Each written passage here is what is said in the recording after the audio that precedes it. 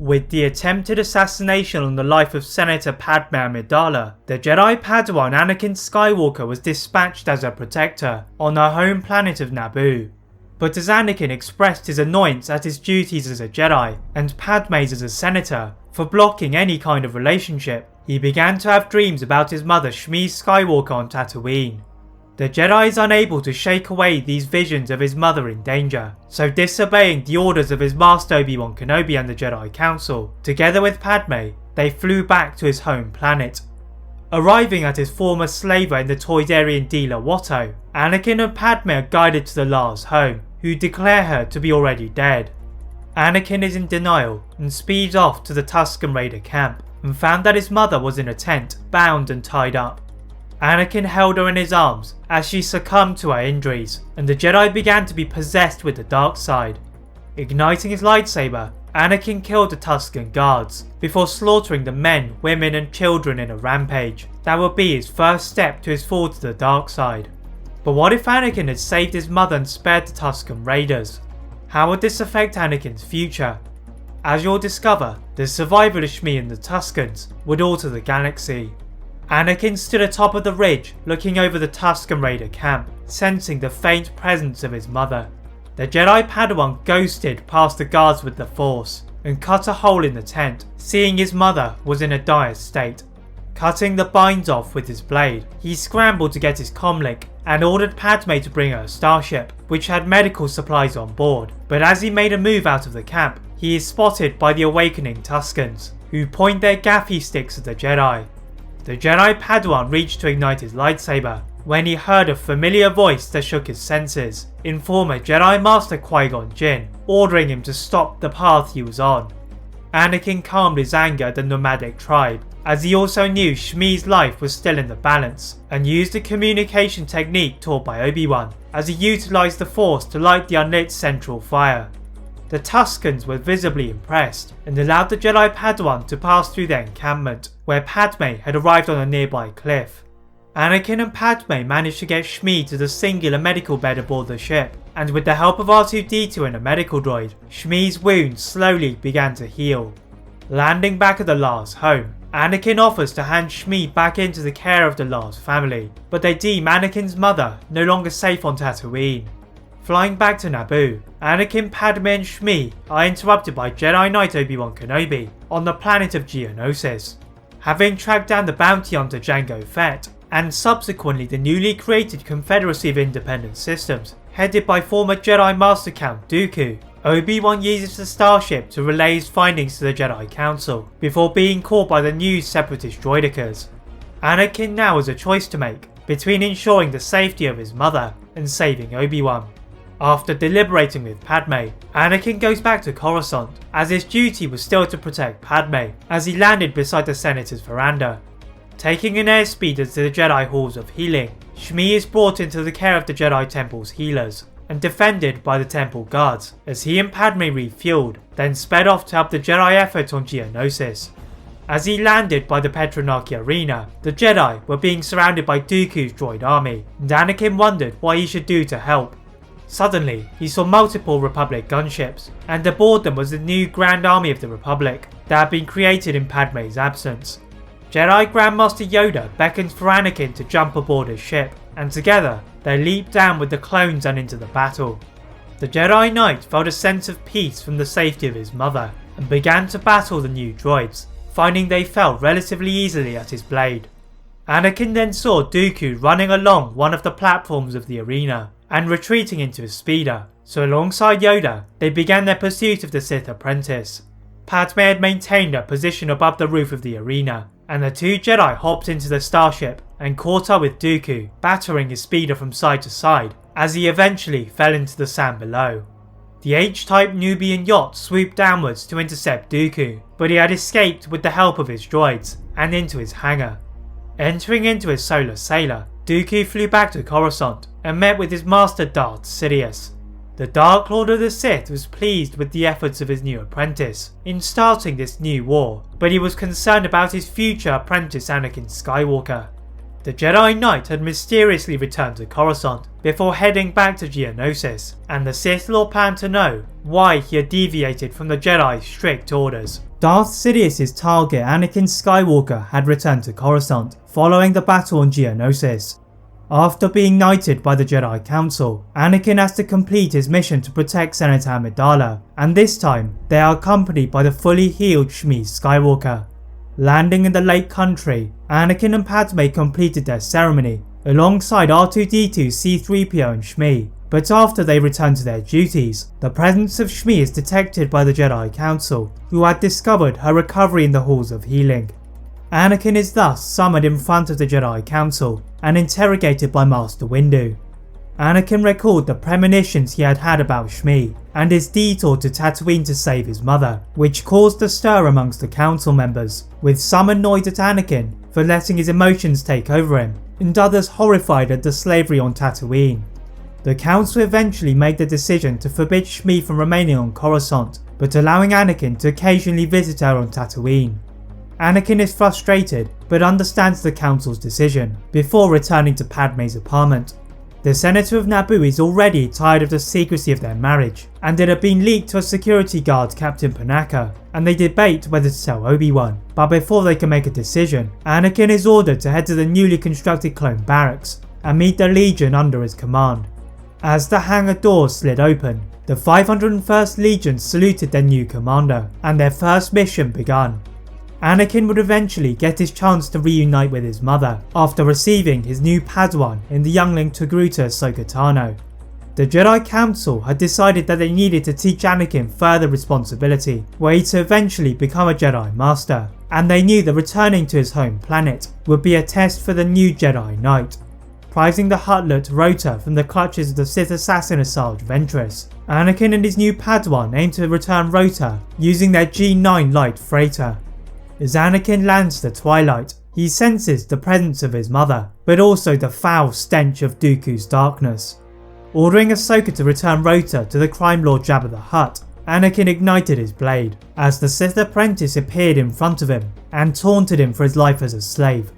Briefly clashing blades before slipping on the sand dunes, Dooku brought up his holoprojector, and it showed Ahsoka walking into a trap, as Anakin's entire family was in the custody of his Magna Guards. Anakin gritted his teeth in anger, but refused to let Dooku's taunts get to him, and focused on the mission of distracting the Sith apprentice, trusting the skills of his new Padawan and R2-D2. The Jedi Knight has learnt his lesson from their previous encounter on Geonosis, blocking Dooku's lightning attack with his lightsaber, even if he continued to slip on the sand, before they are both interrupted by the sound of a mighty roar. The Tusken Raiders had risen from the mound of sand, and at the sight of Anakin, they bowed, then attacked Dooku. The Sith apprentice was quick to react, but it seems several tribes had gathered together, and Anakin capitalized on their distraction to force push a cloud of sand into Dooku's face, temporarily stinging his eyes. The Tusken Raiders used their gaffy sticks to pummel and strike the Sith, who tumbled into the valley of sand below. Anakin instructed the Tuskens to continue their punishment on Dooku, as he picked up the curved hilt of the Sith apprentice from the floor, then went to help to free his family. Arriving quickly with the assistance of Dooku's speeder, Ahsoka had done a thorough job in dismantling the tough Magna Guards, and she was being praised by Anakin's mother.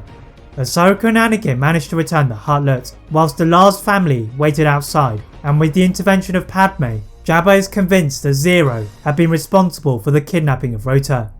Leaving the crime lord, Anakin is determined to do something to liberate the slaves on Tatooine, but his first task was to check on the condition of Dooku. Whilst Ahsoka took the Lars family back to their home, Anakin heard the calling of the Tusken clans, and they beckoned him to inspect Dooku. Their former Jedi Master cannot be recognised, as his face has been battered, and Anakin congratulates the Tuskens for their effort. Dragging the Sith along the ground, he promises a return to Tatooine, and for the Tuskens to have an even more important role in helping the planet. Dooku eventually awakened in a Republic cell, and standing over him was Darth Sidious.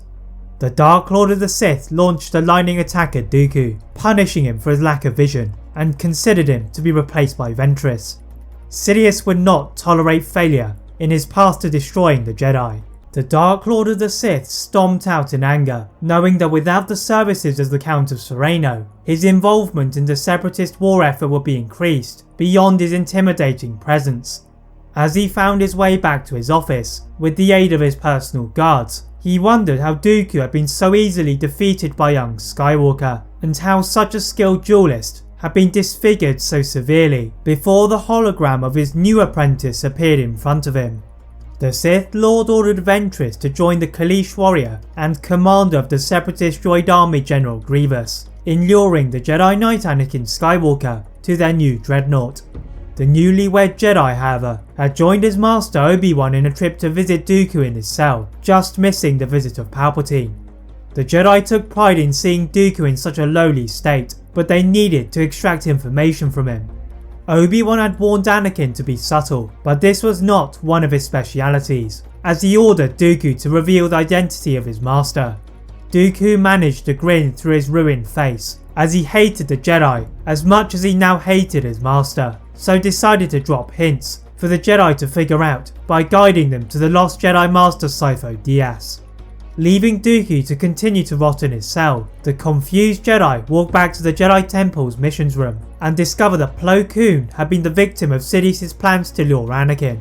But with the new secret revealed by Dooku, it is the Nautoland Jedi Master Kit Fisto who is dispatched to save his fellow council member, whilst Yoda sent Obi-Wan, Anakin and Ahsoka to investigate Dooku's riddle. With his time spent in the Jedi archives and his investigation on Geonosis, Obi-Wan decides they should go straight to the home of the previous head of the Senate, in Finis Valorum.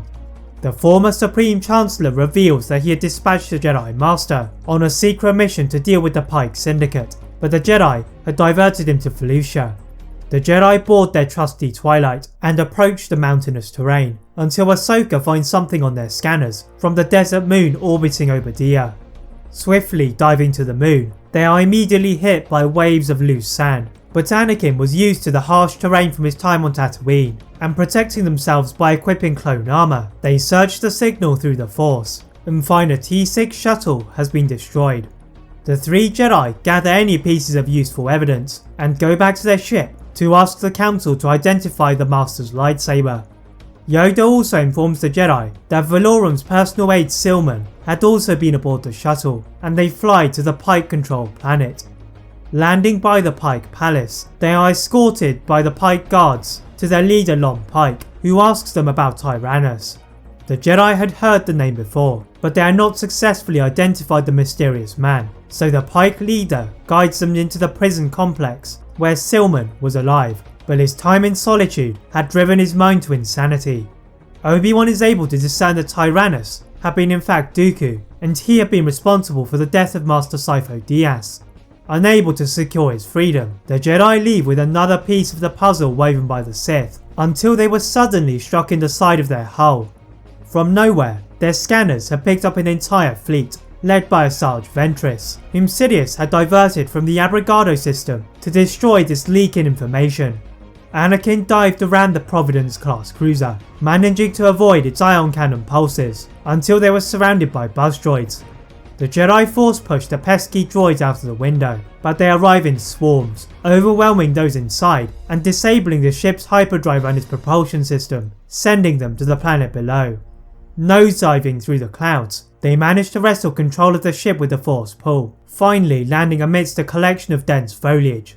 Obi-Wan quickly identifies that they were on the planet of Felucia, which the Republic had known that the Separatists had been roaming over with their droid army, and the Jedi were soon surrounded. The Jedi ignited their lightsabers, standing in a circle of defense, with death or capture seeming to be an inevitability, until they saw a Republic gunship overhead. From the skies, Yoda and a small group of clones had arrived to save the Jedi, and whilst the clones laid down covering fire, the three Jedi take their chance to escape. The Republic forces then carved a path through to Coruscant, and the last Jedi had something with which they could unlock the secrets of the Sith. In the Galactic City's Senate office building, Darth Sidious was displeased that Anakin had not fallen for his trap, and that somehow the Jedi had fallen through the nets cast by Ventress and the Separatist fleet. With Order 66 still in his armoury, Sidious chose that his next move would be a bold one, and after his ship had been prepared, Sidious set course for the planet of Tatooine. The Sith Lord landed outside the palace of Jabba the Hutt in the Dune Sea and walked along the path to the towering door. Unlike with most visitors, Sidious was not welcomed by the droid gatekeeper and instead broke the mechanism with a bolt of Sith lightning, collapsing the durasteel door onto the sand. The guards had been clearly disturbed by the entry, but they quickly fell at the blade of the Sith Lord. Striding into the throne room, Sidious had no time for pleasantries and thrust both of his lightsabers into the Crime Lord and then taking his throne. Back on Coruscant, the Jedi had just returned from their dramatic rescue of Obi-Wan, Anakin and Ahsoka from the planet of Felucia, and with the knowledge that the mysterious Tyrannus was in fact Dooku, they entered into the cell of the former Sith apprentice once more. Dooku had evidently not taken to his new life well, and with his final breaths, he muttered to the Jedi about Order 66. The Jedi swiftly walk out, and Anakin takes a trip to Padme's office, where she uses her senatorial powers to access the files of the Supreme Chancellor, finding Order 66 buried amongst the other list of powers wielded by Palpatine. Anakin quickly makes the connection to the clone army, and the Jedi Council deploys Shakti to deal with the threat through her knowledge of Kamino's cloning facility. Just as the Jedi Master departs, they receive another transmission from Tatooine, reporting of the death of the notorious Jabba the Hutt. Yoda is anxious that they could be walking into the trappings of the Separatists, considering their near-death experience in escaping Felucia. But with Master T on her way to disable one of Palpatine's weapons, this could be the definitive proof they needed that Sidious was Palpatine. The Jedi again deploy Obi-Wan, Anakin and Ahsoka alongside Yoda's newly assigned fleet, and finding their way back to the desert planet, they witness an unusual sight upon approach. A Separatist fleet was dormant and inactive, so Anakin and Obi-Wan took their starfighters to investigate the ships. Landing upon the largest Providence-class cruiser, they are met by Grievous and Ventress. The two Separatist warriors have no intention of attacking the Jedi, as they have just been betrayed by Darth Sidious after the Sith Lord had expressed his distrust in them both. With Grievous and Ventress not against them, the Jedi decide to use them to attack the threat on Tatooine, and they both agree. Descending in different ships to the surface below, they find their way to Jabba's palace through several speeders, and find an open entrance blocked by Jabba's carcass. Shifting the significant weight off of the ground, their footsteps punctured the silence in the corridor until they found Palpatine calmly seated in the throne. Pointing their lightsabers in his direction, Sidious looked at his failed allies in Grievous and Ventress, then ignited his blades. They both were aware of his power, but they could do nothing to stop it, as Grievous is discarded into a pile of scrap and Ventress is pushed towards the Rancor pit.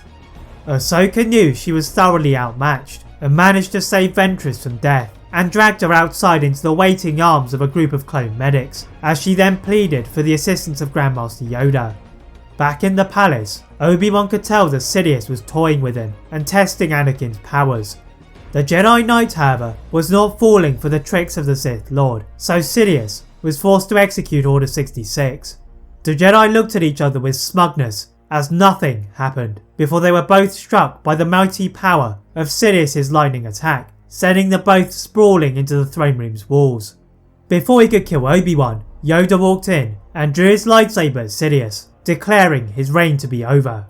The two pillars of light and dark engage in a furious duel, and neither are getting the upper hand until Sidious was met by a blue lightsaber through his chest. Anakin had recovered to choose his fate and took the throne for himself. As the Jedi departed to clean up the death of the Supreme Chancellor, Anakin is surprised to see Shmi and Padme walk through the entrance, and they set about liberating the slavery that covered the planet. With the help of the Tuskens, the slavers were sentenced to their crimes, and Tatooine was a planet Anakin was willing to call his home.